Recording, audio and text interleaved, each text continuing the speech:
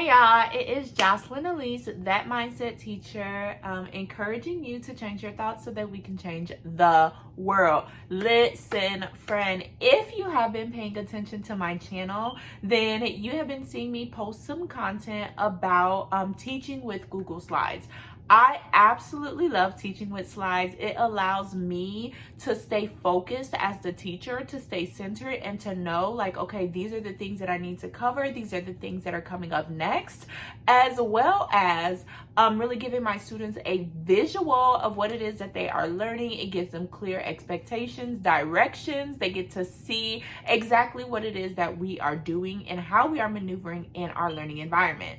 So one thing that I have spent a little bit of my summer, we're only like into week 3 of summer, but one thing that I've spent some of my summer doing is creating these standards based digital anchor charts in Google Slides. Let me tell you why I love them. First of all, I can go ahead and I have all of these different slides created. I teach off of the standards. We do standards-based practices around here, boo-boo. So I teach off of these standards. So literally whatever I'm teaching that week or whatever it is that I am addressing or trying to reinforce or even reteach for a small group, whole group, no matter what it is that I am doing, even if I just want to send a slide out to a student, I can literally have these slides already pre-made, ready to go, and then go ahead and shoot them out to my kids. There is also a really cool way where you can print these slides as like a poster and kind of laminate that and put that together, so you can also have these same exact slides sitting up in your classroom, so students are not just seeing it on the smartboard when you talk about it, but they are seeing it on the poster that you create. And I love to allow my kids to make them on or not make them, but to also glue these into their interactive notebooks. I love for my students to have those interactive notebooks because it is a resource that they can use. I'm giving them the tools themselves to be able to help them as they are going through their classworks and the things that we are doing together. Okay, so I know I just said a lot, but I absolutely love these slides, and what we are going to do is go ahead and dig into them. So I am in my slideshow right now, and I am showing you the first slide. The first slide is focused on RL 4.1. So right here it says to refer to details and examples in a text when explaining what the text says explicitly and when drawing inferences from the text, right? So that is the standard that this particular anchor chart is based off of. And when you look right here, I try to address every single part of the standard, either in one slide or over the course of a few slides, so that way I am really making sure I'm hitting the language that the standard is addressing, as well as going ahead and giving students examples and things they can reference to help them really deeply understand what the standard is asking them to do. Okay, I like to base my learning targets or learning objectives or student outcomes or whatever y'all call them at y'all school, but I like to base those off of the standards. So if the standard says, going back to that specific language, refer to details and examples in a text when explaining what the text says explicitly or when inferring, I like to say I can infer based off of details and examples in a text. Makes sense? So I'm giving students that, but I want you to be able to master the standard. That's what our goal is as we're going through our learning, right? So now just looking at this slide, you can see that this slide really kind of addresses the two different types of evidence that learners can use as they're using those examples and the details and the things from the text, right? So in the standard, you saw them talk about explicit details. So I kind of define that for the kids, right? Explicit details are details that are clearly stated in the text. So I'm letting them know exactly what that is. And then I go ahead and I kind of put it, kind of say that same thing again, but in different language. So if they don't understand what that means clearly stated in the text, they can kind of get it paraphrased again in a way that can help them to try to understand it, right? So it's something the author directly says. And then I give them an example of what that means. So thinking of her mom, tears rolled down Sally's face. And as I'm teaching this, I might actually ask these questions and allow the students to answer them. So what was Sally thinking of? Thinking of her mom. How do you know that Sally was thinking of her mom? Well, in the text, the author stated, thinking of her mom, tears rolled down her face. So I know that Sally was thinking of her mom. Boom. What rolled down her face? Tears. How do you know that? And we're referring back to the details and examples inside of this sentence to help to prove this, so students are getting a clear practice of that standard in a very explicit way, right?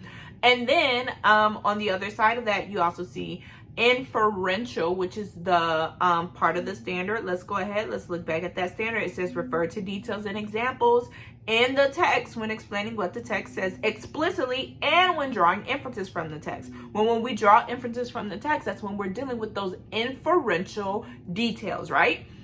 So we'll say inferential. What does that mean? It is not clearly stated in the text. This is where we have to read in between the lines. And I will ask students, I was like, that's a part of figurative language. When someone says read in between the lines, does anyone know what that means? And we might take a second to discuss that.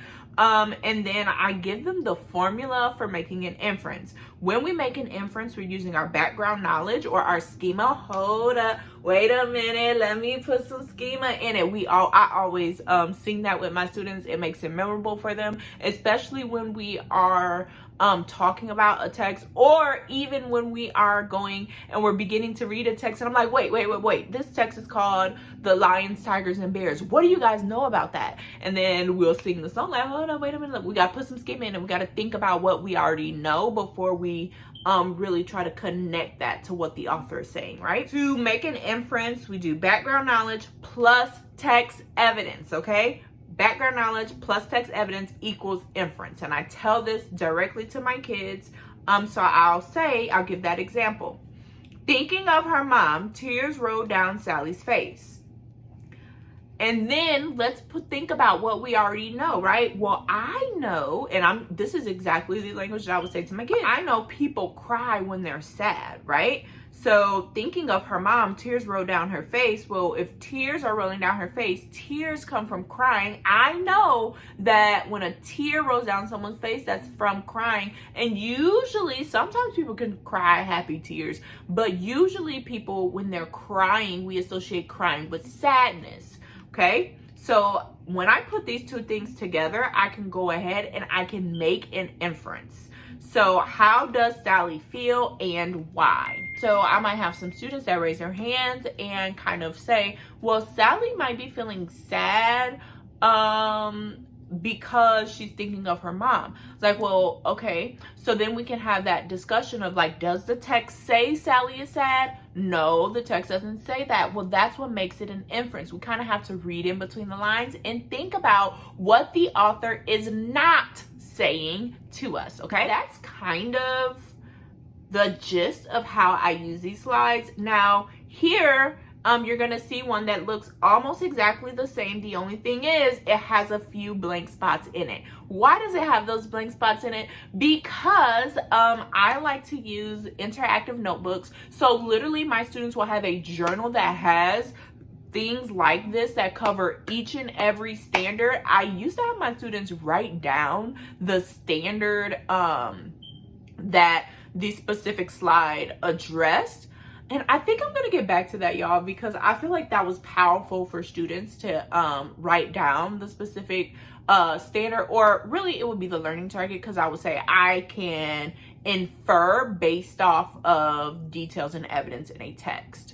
Or I can use explicit details to determine things about my character, or I don't know, but it would be a very specific learning target that we would work on throughout our learning that day, right? So here we have these ones with the blanks, and what I would do is I would have students write down the learning target like we just said, and then they will have a piece of paper or a sheet that they can glue inside of their journals that looks exactly like this, and as we're talking about these things, they can write the answers to those questions next to them. They can write and fill in the blanks of what we are talking about. So really quickly, I am going to show you my interactive notebook slides.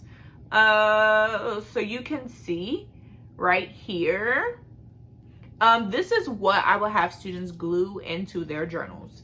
So this right here, I would literally print out. As you can see, it's not taking up, this is the size of a whole page, and it's not taking up that whole space because I want them to be able to have some space to glue it into their journals, still have a little room to kind of move those things around if need be. This one has all of the words kind of already written on it, and this one is actually because that slide did not address the whole standard. It kind of just talks about the different types of text evidence, and but it doesn't talk about how we can use those things or even how we can directly quote and all of those things from the text. So I actually combined these two together, and I can show you how this other part looks on the slide as well. I have one that's like completely filled out, and sometimes what I'll do is actually give this copy to my ESL kids or my kids that have IEPs, my kids that maybe just struggle with keeping up, because I want them to be able to focus on the learning and not necessarily having to jot down and write all of these different things down. So if I can make it where they can focus more on what we're saying, and really just adapting and adjusting, we use our teacher discretion and our professionalism to see what's the best move for the students that we have. You might have some kids that are more auditory learners and they really need to listen and they need to hear, or they need to see, or you might have some kids that need to actually experience it and be more kinesthetic with writing that down. So I have one that is completely filled out, and then I have one that is not completely filled out that has those blanks on it that match, literally exactly match the slides. So they're not having to like think about this in like a complex way of like, oh, how do I fill this out, or how do I write this? Like, no, it's literally exactly how my slides look. I will be filling in those blanks as the kids are filling in those blanks. So we're doing it together, and then they have that inside of their journals that they can forever reference. One thing I love about this system, I had a kid a few years ago, I taught at a K-8 school, and I remember a kiddo coming up to me, and she had her reading interactive notebook with her, and she had, I think she was in 7th grade at the time. So I taught her when she was in 4th grade, and in 7th grade she still had that journal, and she's like, Miss James, these standards are still the same, like the stuff that we're learning is still the same. So when my teacher asked me what main idea is, I can still look at my reading notebook that I had in your 4th grade class, and it gives me and it helps me to understand like what these things are. So the fact that kids like utilize it and they saw it as valuable and important, and even when kids are working on a particular assignment, I might say, hey, they're like, Miss James, I don't understand this. Or, you know, I might notice something in their work where they're writing the main idea where the theme is supposed to go, and I'll be like, hey, let's open our interactive notebook to page 7 really quick. What does it say theme is? Let's look at some examples of what we wrote down as a theme. Does this align with what we wrote? Does this align with our notes? And then a lot of times students can self-correct. Or I might even be like, hey, you guys, as you're working on this assignment, you can turn to page 15 in your interactive notebook, and you're going to see a list of transition words that you can use while you're writing your paragraph. And so students begin to like really utilize those things and use those tools, and they become more independent. They're not super reliant on you. And one thing that I notice is as kids keep using the tools, they begin to become embedded in them. So they start to really just memorize and to know these things because they are referencing them and they're looking at them all the time. So y'all, I hope that you enjoy learning about my little system and thinking about just how I connect these things for my students, how I use these tools for my learners so that they can grow and become better and better and better. If you would like or you want to learn something, or you have any specific questions, please, please, please do not hesitate to let me know so that we can get through this together. Beg, borrow, steal, that's what teachers do. So let's get to it, y'all.